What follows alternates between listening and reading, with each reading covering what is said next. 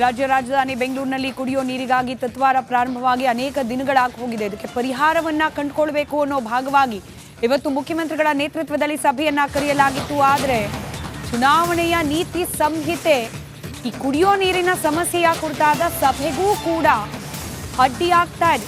ನೀತಿ ಸಂಹಿತೆ ಜಾರಿಯಾಗಿರೋದ್ರಿಂದ ಇವತ್ತು ನಿಗದಿಯಾಗಿದ್ದ ಮುಖ್ಯಮಂತ್ರಿಗಳ ನೇತೃತ್ವದ ಸಭೆ ರದ್ದಾಗಿದೆ. ನೀರಿನ ಸಮಸ್ಯೆಯನ್ನ ಪರಿಶೀಲನೆ ನಡೆಸಲಿಕ್ಕೆ ಮುಖ್ಯಮಂತ್ರಿಗಳ ನೇತೃತ್ವದಲ್ಲಿ ಸಭೆಯನ್ನ ಕರೆಯಲಾಗಿತ್ತು. ಬೆಂಗಳೂರು ನಗರದ ಅಧಿಕಾರಿಗಳ ಸಭೆಯನ್ನ ಕರೆದಿದ್ರು ಮುಖ್ಯಮಂತ್ರಿಗಳು. ಆದರೆ ಚುನಾವಣಾ ಆಯೋಗ ನಿರ್ಬಂಧ ವಿಧಿಸಿರುವುದರ ಹಿನ್ನೆಲೆಯಲ್ಲಿ ಅಧಿಕಾರಿಗಳ ಸಭೆಯನ್ನ ಕ್ಯಾನ್ಸಲ್ ಮಾಡಲಾಗಿದೆ. ಸಭೆ ನಡೆಸದಲೇನೆ ಒಂದಷ್ಟು ಮಾಹಿತಿಗಳನ್ನ ಅಧಿಕಾರಿಗಳಿಂದ ಸಂಗ್ರಹ ಮಾಡ್ತಾರಂತೆ ಮುಖ್ಯಮಂತ್ರಿಗಳು. ಸಮಸ್ಯೆ ಅಂತೂ ಇದೆ, ಅದಕ್ಕೆ ಪರಿಹಾರ ಕಂಡುಕೊಳ್ಳೋದು ಅನಿವಾರ್ಯ.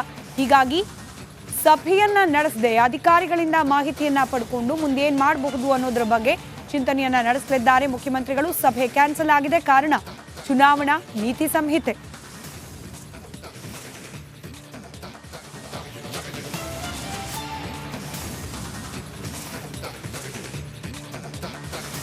ಮತ್ತಷ್ಟು ಡೀಟೇಲ್ಸ್ ನಮ್ಮ ಪ್ರತಿನಿಧಿ ವಿಜಯ್ ನೀಡ್ತಾ ಹೋಗ್ತಾರೆ. ವಿಜಯ್, ಮುಖ್ಯಮಂತ್ರಿಗಳ ಸಭೆ ಕ್ಯಾನ್ಸಲ್ ಆಗಿದೆ, ಈಗ ಅಧಿಕಾರಿಗಳಿಂದ ಮಾಹಿತಿ ತರಿಸ್ಕೊಳ್ತಾರೆ, ಏನ್ ನಿರೀಕ್ಷೆ ಮಾಡಬಹುದು ಅಂತ ಹೇಳಿ?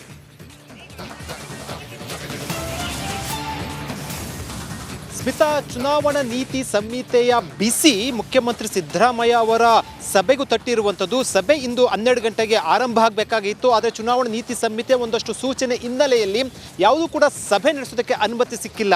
ಈ ಹಿನ್ನೆಲೆಯಲ್ಲಿ ಗೃಹ ಕಚೇರಿಯಲ್ಲಿ ಈಗಾಗಲೇ ಕೂಡ ಅಧಿಕಾರಿಗಳು ಆಗಮಿಸಿದ್ರು.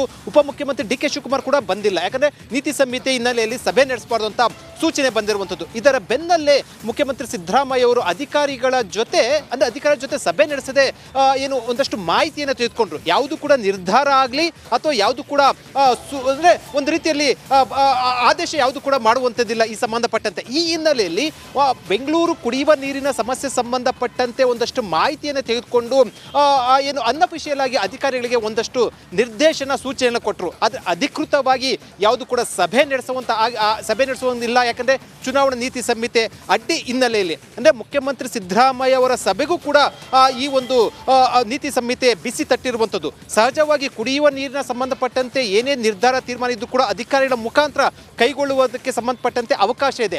ಆದರೆ ಖುದ್ದು ಮುಖ್ಯಮಂತ್ರಿಗಳು ಅಥವಾ ಜನಪ್ರತಿನಿಧಿಗಳು ಸಭೆ ನಡೆಸಿ ಯಾವುದು ಕೂಡ ತೀರ್ಮಾನ ಮಾಡುವಂತಹ ಆ ಒಂದು ಅವಕಾಶ ನೀತಿ ಸಂಹಿತೆಯಲ್ಲಿ ಇಲ್ಲ. ಈ ಹಿನ್ನೆಲೆಯಲ್ಲಿ ಸಭೆ ನಡೆಸುವುದಕ್ಕೆ ರದ್ದಾಗಿರುವಂಥದ್ದು. ಮತ್ತು ಉಪಮುಖ್ಯಮಂತ್ರಿ ಡಿ.ಕೆ. ಶಿವಕುಮಾರ್ ಅಂದರೆ ಬೆಂಗಳೂರು ಉಸ್ತುವಾರಿ ಸಚಿವ ಡಿ.ಕೆ. ಶಿವಕುಮಾರ್ ಕೂಡ ಈ ಬರಬೇಕಾಯಿತು. ನೀತಿ ಸಂಹಿತೆ ಹಿನ್ನೆಲೆಯಲ್ಲಿ ಅವರು ಕೂಡ ಬರದೇ ಇರುವಂಥದ್ದು. ಸ್ಮಿತಾ, ಧನ್ಯವಾದ ವಿಜಯ್.